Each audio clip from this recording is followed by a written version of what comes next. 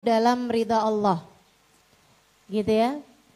Kita sebagai perempuan berusaha untuk menjadikan jalan hidup kita, ujungnya, hasilnya, sepanjang perjalanannya selalu dalam keridhaan Allah Subhanahu wa ta'ala. Jangan pernah mau dibayar bukan dengan ridhonya Allah. Itu adalah bayaran yang tidak cukup untuk kamu melakukan berbagai macam hal yang ujungnya, hasilnya bukan ridha Allah Subhanahu wa ta'ala. Jangan mau sholat hasilnya cuman sekedar kebeli baju. Jangan mau tahajud hasilnya cuman sekedar dapat jodoh.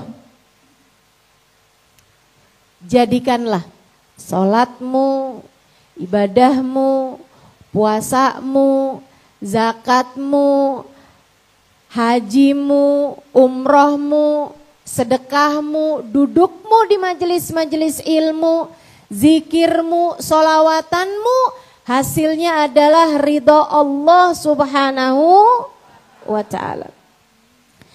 Sebab kalau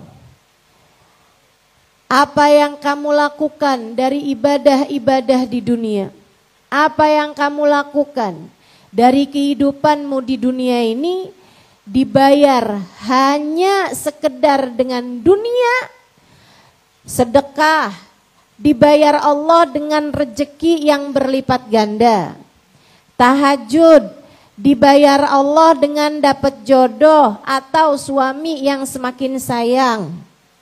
Misalnya puasa Senin Kemis hanya biar anak-anak diterima di sekolah-sekolah favorit misalnya. Saudaraku sekalian yang saya muliakan, semua itu begitu kamu masuk ke dalam alam kuburmu menjadi sia-sia belaka. Jangan sampai kita termasuk di antara orang yang mengerjakan segala sesuatu di dunia, niatnya hanya untuk mendapatkan dunia, begitu masuk kubur kita menyesal karena ternyata tidak ada keridhaan Allah yang berhasil kita capai.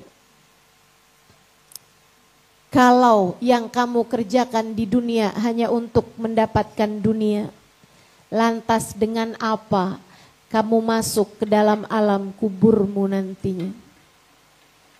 Kalau semua yang kamu lakukan di dunia hanyalah untuk mendapatkan kesenangan-kesenangan dunia, nama baik di dunia, ketika kamu masuk ke dalam alam kuburmu nanti, bekal manakah yang akan kamu bawa pada saat itu? Yuk belajar buat kita jadikan jalan kehidupan kita, ujungnya, tujuannya, maksudnya adalah untuk meraih ridha Allah Subhanahu wa ta'ala. Gimana nih caranya mau nyari ridha Allah Subhanahu wa ta'ala? Saudaraku sekalian yang saya muliakan, yang pertama, biar gampang inget-ingetnya saya pakai angka. Karena ibu-ibu tuh kan 1, 2, 3.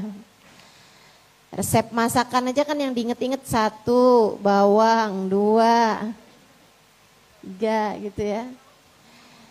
Biar gampang ingetnya. Yang nomor 1, kalau kamu mau nyari ridha Allah Subhanahu wa ta'ala, ridha Allah itu Allah letakkan dalam ketaatan kepadanya. Sayyidina Ali Zainal Abidin Ibn Husain bin Fatimah bintun Nabi sallallahu alaihi wasallam mengatakan, la tahtakiranna minat ta'ati syai'a la'alla fihi ridha. Jangan remehkan ketaatan, sekecil apapun taat tersebut, Siapa tahu di sana terdapat keridhaan Allah. Kita nih Bu, Kak, Dek, tiap ada peluang kebaikan kerjain aja. Tiap ada kesempatan berbuat baik kerjain aja. Kita tidak pernah tahu amal ibadah mana yang diterima di sisi Allah. Kita tidak pernah tahu amal ibadah mana dari kita yang diterima di sisi Allah. Jangan remehkan taat sekecil apapun ketaatan tersebut. Kadang Allah cinta, ridho kepada seseorang di antara kita bukan karena perbuatan-perbuatan ibadah besarnya. Akan tetapi, misal ada di antara kita seorang istri yang selalu tersenyum kepada suaminya di saat suaminya sedang memberi dia ataupun bahkan di saat suaminya sedang tidak bisa memberi kepadanya nafkah, rezeki misalnya gitu. Suaminya lagi susah sekalipun dia senyum lebar sama suaminya. Bisa jadi Allah ridho kepada seorang perempuan karena akhlak mulianya tersebut. Kita tidak pernah tahu. Saudaraku sekalian yang saya muliakan, ada salah satu cerita diceritakan guru saya Hubabah Maryam bintul Habib Muhammad bin Abdullah Al-Haddar. Almarhumah, beliau sudah meninggal dunia, istri dari seorang ulama besar di Madinah, Habib Zain bin Smith. Kita doakan Habib Zain, mudah-mudahan Allah panjangkan umurnya, Allah sehatkan badannya, mudah-mudahan Allah betahkan hidupnya di dunia sehingga beliau terus dapat mendoakan para murid-muridnya insya Allah. Teman-teman sekalian, Hubabah Maryam satu waktu bercerita ketika beliau datang ke Indonesia, semasa hidup beliau beberapa kali saya selalu menerjemahkan kajian-kajian beliau. Ada seorang perempuan dimandikan jenazahnya. Meninggal dunia, perempuan dimandikanlah jenazahnya. Saat dia dimandikan tersebut, tiba-tiba aja dia tertawa. Tertawanya bukan tertawa mengerikan, ala-ala kuntilanak gitu, enggak begitu. Ya gitu. Tapi tertawa seneng, tertawa seperti tidak menyangka gitu. Tertawa geli gitu. Tertawa karena tidak menyangka terjadi seperti itu, kayak yang gitu. Yang memandikan jenazah ini heran ngelihat ada orang dimandikan kok malah tertawa. Jadi dia pun berdoa. Karena orangnya berani nih ya. Kalau saya yang mandikan jenazah, saya sepertinya tidak berani minta doa seperti itu. Dia berdoa, aqsamtu 'ala Allah illa an tukhbiruni limadha dhahikt.